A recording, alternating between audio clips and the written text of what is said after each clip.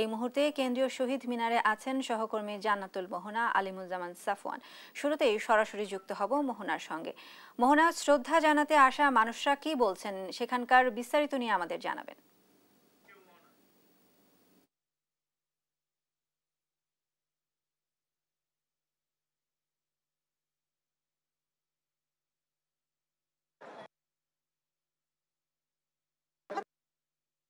মিছিল আজ বয়ে যাচ্ছে শহীদ মিনার প্রাঙ্গণ ঘিরে, এবং শহীদ মিনার প্রাঙ্গণে সে থেকে যে শুরু হয়েছে ব্যানারের মিছিল, সেই ব্যানারের মিছিল এখন পর্যন্ত চলছে। এখন বেলা বাজে সকাল 9টা 8 এবং এখনও সারি সারি ব্যানার অপেক্ষামান অবস্থায় আছেন কখন তারা আজ শহীদ মিনারে এসে পুষ্পস্তবক অর্পণ করবেন, শহীদদের স্মরণ করবেন। আছেন সেই ব্যানার ঘিরেই কিন্তু পুষ্পস্তবক অর্পণের যেই সারি সারি আমরা ব্যানার দেখতে পাচ্ছি, পুষ্পস্তবক অর্পণ যাচ্ছেন। আমরা সকাল থেকে এখানে উপস্থিত আছি এবং আজ আন্তর্জাতিক মাতৃভাষা দিবস মানুষ শহীদ মিনার আসছেন, দিচ্ছেন এবং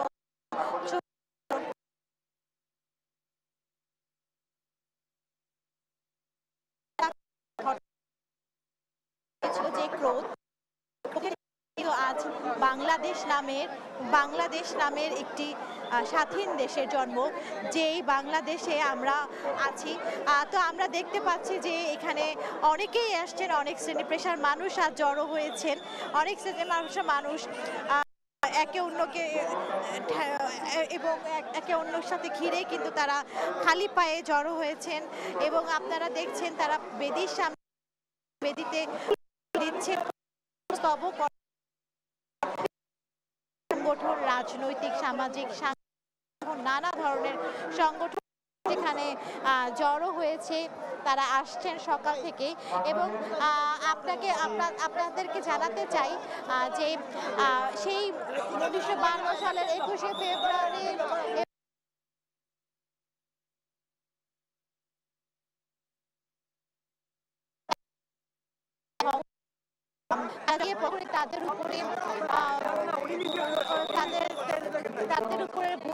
তাদের উপরে গুলি চালায় পুলিশ এবং এর ফলে সালাম, বরকত, রফিক, সহ অনেক ভাষা, নাম না জানা অনেক ভাষা শহীদেরা নিহত হন। এবং সেই সাথে আপনাদেরকে যে কেবল বিভিন্ন সংগঠনের ব্যানারেই কিন্তু মানুষজন আসে নাই, এখানে বিভিন্ন সংগঠন ছাড়াও নানা শ্রেণী পেশার মানুষজন এখানে এসেছে। বাবা মায়ের হাত ধরে সন্তান এসেছে এবং বাবা মায়ের হাত ছাড়াও এখানে দাদার হাত ধরে নাতনি এসেছেন এবং সন্তানকে বা যারা উত্তরসূরি আছে বা প্রজন্মের পর প্রজন্ম, তাদেরকে জানান দিতে আন্তর্জাতিক মাতৃভাষা দিবস বা মহান শহীদ দিবসের যেই ঐতিহ্য বা যে গুরুত্ব তা অনুধাবন করাতে তারা এখানে উপস্থিত হয়েছেন। আসলে এই ব্যানারের সারি যত যাই না আমাদের চোখেই মিলবে এবং ঢাকা বিশ্ববিদ্যালয় বিসি চত্বর পর্যন্ত এই ব্যানারের সারি আমরা দেখছি এবং এখনো অপেক্ষামান অবস্থায় আছেন নানা সংগঠন এবং তারা বেলা দুপুর নাগাদ আশা করছি এই পুষ্পস্তবক অর্পণের যেই আমরা সারি সারি সমারোহ দেখছি তা শেষ হয়ে আসবে বলে আমরা অনুধাবন করছি। সেই সঙ্গে কেবল এখানে রাজনৈতিক সংগঠন ছাড়াও আমরা দেখেছি অনেকেই এসেছেন, অনেকে অনেক ধরনের ব্যানারে এসেছেন, তারা শহীদদের প্রতি বিনম্র শ্রদ্ধা জানাতে এসেছেন। এবং আপনি তো জানেনই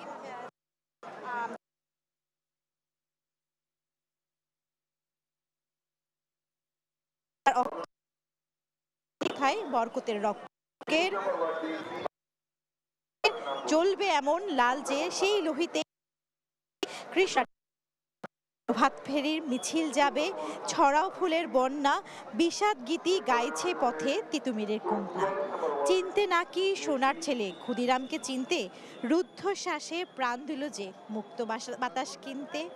পাহাড়তলির মরণ চূড়া অগ্নি ফেব্রুয়ারির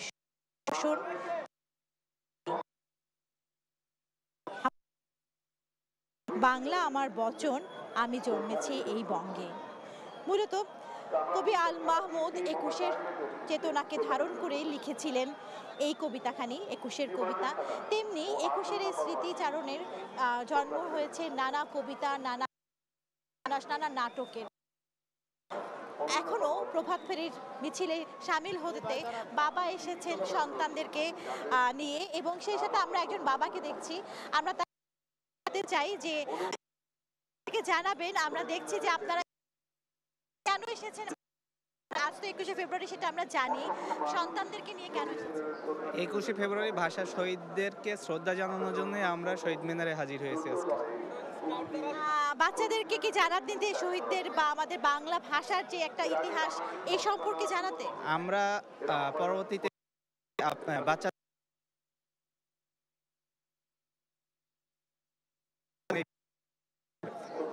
আপনার সাথে আরো একজনকে দেখছি, তিনি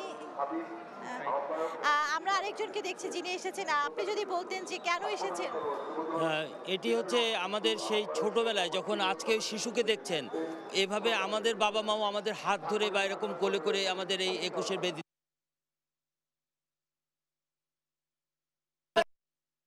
খুবই আনন্দিত হতাম। আমাদের সেই মানে আজন্ম স্মৃতি, এটা বছরের পরে বছর, যুগের পর যুগ এই স্মৃতি চলবে, এবং এটি ২১-এর একটি চেতনা। আজকে আমাদের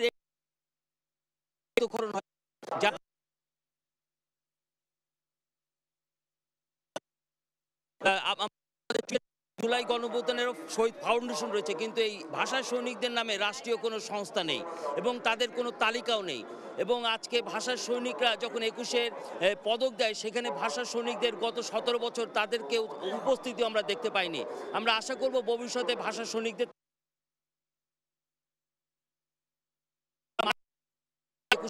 আমাদেরকে সম্মানিত করা হবে, যারা বেঁচে আছে তাদেরকে সম্মান করা হবে। তাহলেই আজকে ২১-এর বেদিতে আমরা যে ভাষা নিয়ে আমরা যে উপস্থিত হয়েছি তাহলে শুনছি একজন দর্শনার্থী যিনি এসেছেন, শহীদদের চেতনা ধারণ করেন এবং শহীদদের চেতনাকে বুকে লালন করেন। তিনি জানাচ্ছেন যে ভাষা সৈনিকদের চিরস্মরণীয় যুগ যেন তাদেরকে সকল মানুষ, সকল স্তরের মানুষ মনে রাখে, স্মরণ রাখে, সেটি জানান দিতে তিনি বলেছেন সরকারকে উদ্যোগ নিতে।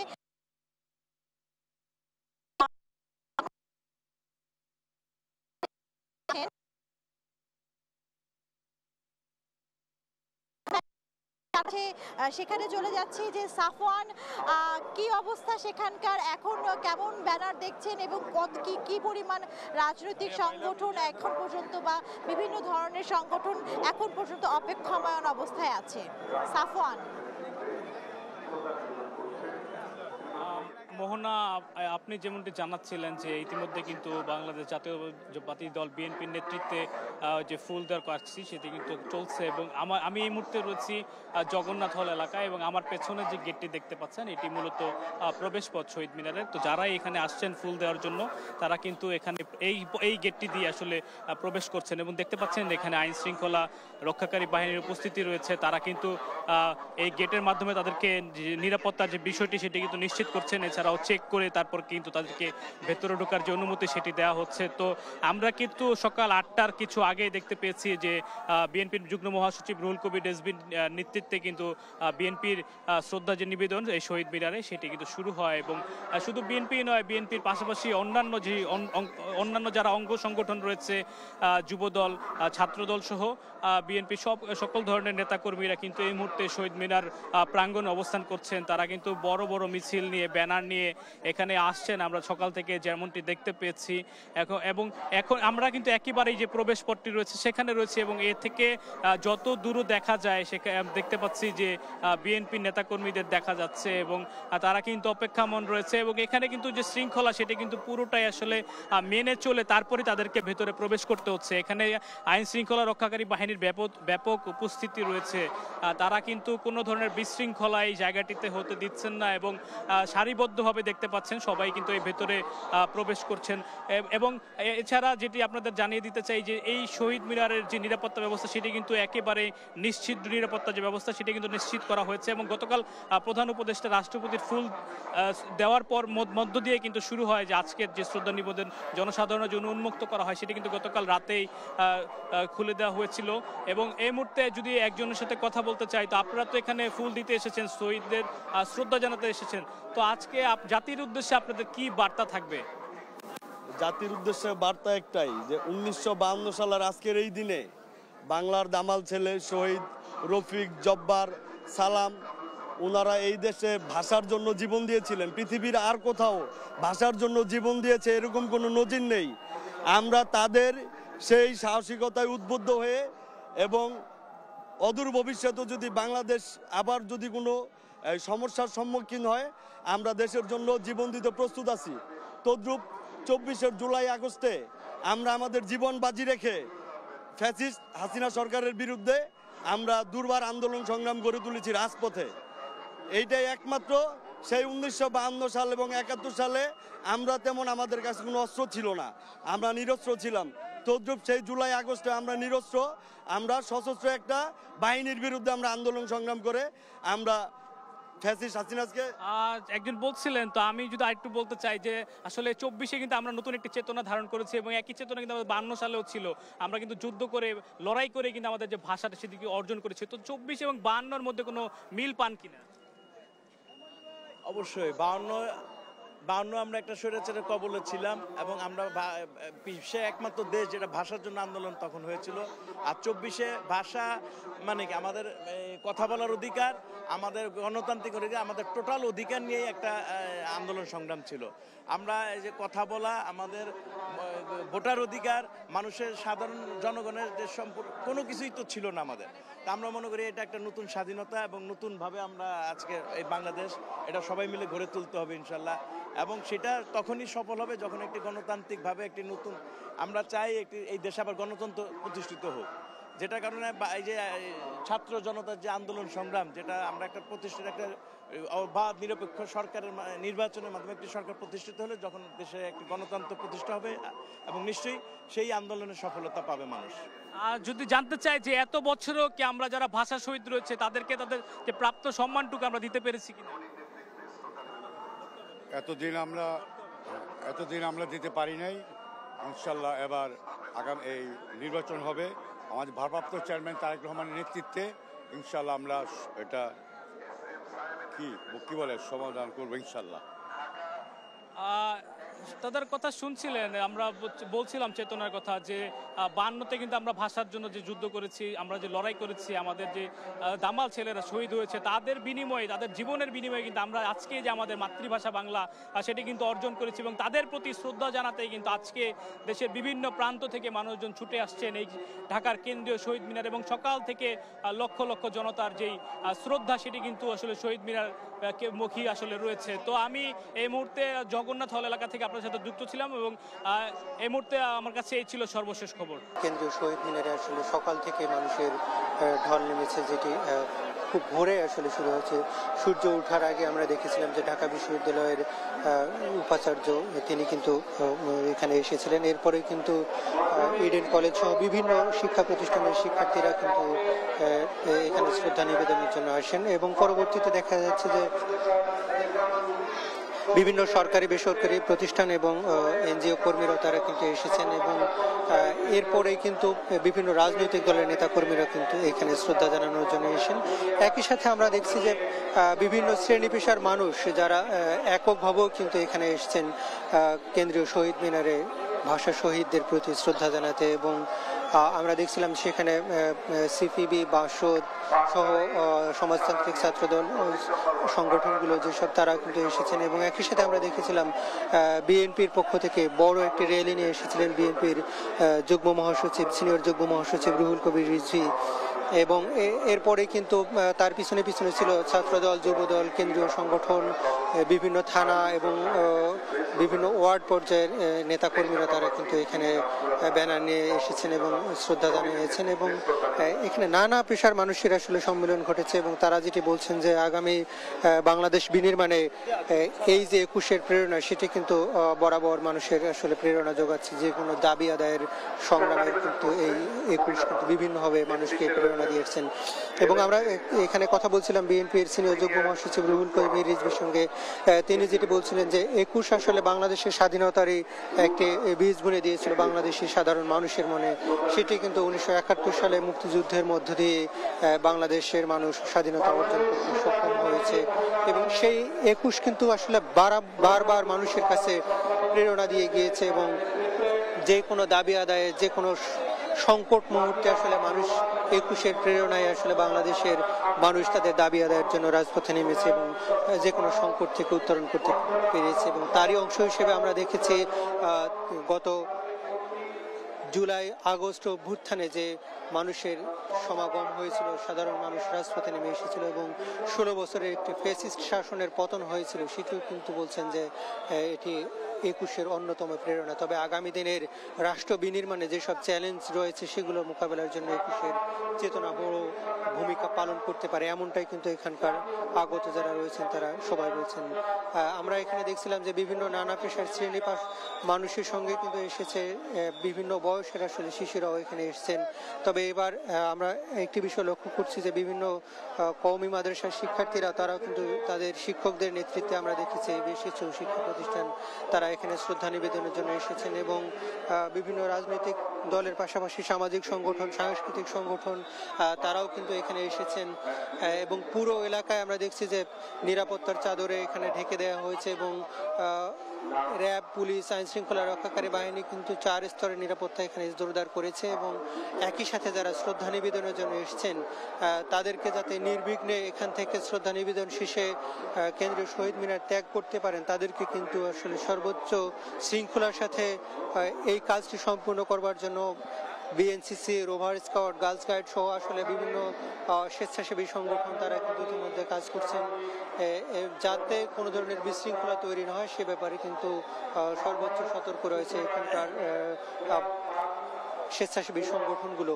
এবং আমরা দেখছি যে আসলে এখন পর্যন্ত কোনো ধরনের কোনো বিশৃঙ্খলা ছাড়াই কিন্তু নির্বিঘ্নে সকাল থেকে সাধারণ মানুষ আসলে এখানে শ্রদ্ধা নিবেদন করে যাচ্ছেন। আমরা দেখছিলাম যে ভোরে সূর্য ওঠার আগেই আসলে মানুষের এখানে সমাগম ছিল এবং তারা কিন্তু শ্রদ্ধা নিবেদন শেষে এখান থেকে চলে যাচ্ছেন। আমরা যেমনটা দেখছিলাম যে ঠিক রাত 12টার সময় কিন্তু মাননীয় মহামান্য রাষ্ট্রপতি তিনি কিন্তু এখানে শ্রদ্ধা নিবেদন করেছেন এবং পরবর্তীতে ঠিক 12টা 12 মিনিটের দিকে প্রধান উপদেষ্টা তিনি কিন্তু ভাষা শহীদদের প্রতি শ্রদ্ধা জানিয়েছেন এবং পরবর্তীতে দেখা যাচ্ছে যে বিভিন্ন রাজনৈতিক সংগঠন তারাও কিন্তু এখানে এসছেন এবং শ্রদ্ধা জানিয়ে এখান থেকে ত্যাগ করছেন এই স্থানটি। আমরা নানা পেশার মানুষকে আসলে এখানে দেখছি যে উপচে পড়া ভিড়, যেটি আমরা দেখেছিলাম গত কয়েক বছরে আসলে একটি বিশেষ দল কিংবা বিশেষ গোষ্ঠীর মাধ্যমে আসলে এইসব কর্মসূচিগুলো নিয়ন্ত্রিত হতো। পরবর্তীতে দেখা যাচ্ছে যে এখন কিন্তু গণমানুষের একটি কর্মসূচিতে পরিণত হয়েছে এবং সাধারণ মানুষ কিন্তু অনেকটা নির্বিঘ্নে শৃঙ্খলার সাথে কিন্তু এসেছেন এবং স্বতঃস্ফূর্ত যে অংশগ্রহণ সেটি কিন্তু আসলে আজকে চোখে পড়ার মতো। হাজার হাজার মানুষ কিন্তু ইতিমধ্যে এই শহীদ মিনার প্রাঙ্গণে এসেছেন এবং তারা শ্রদ্ধা নিবেদন শেষে এখান থেকে বের হয়ে যাচ্ছেন। মানুষের আসলে যে ভিড় সেটি কিন্তু আসলে চোখে দেখার মতো। আমরা দেখছি মানুষ অনেক বেশি মানুষ কিন্তু এখানে এসেছেন এবং তারা শ্রদ্ধা নিবেদন করছেন এবং তারা চাচ্ছেন যে 52 ভাষা আন্দোলনের যে চেতনা সেই চেতনা অনুযায়ী আগামী দিনে বাংলাদেশের সমস্ত ভাষাগুলোকে, যেসব ভাষা এখন পর্যন্ত বাঙালি ছাড়া অন্যান্য যেসব ভাষা রয়েছে সেই সব ভাষাকে আসলে সমুন্নত রাখতে হবে। একই সঙ্গে বাংলা ভাষাকে রাষ্ট্রের সর্বোচ্চ স্তরগুলোতে আসলে কিভাবে প্রতিষ্ঠিত করা যায় সে ব্যাপারে সরকারি পর্যায়ে কিন্তু তারা চাচ্ছেন যে রাষ্ট্রীয় পৃষ্ঠপোষকতা দরকার। তো এই ছিল আমার কাছে এখান থেকে সবশেষ পরিস্থিতি।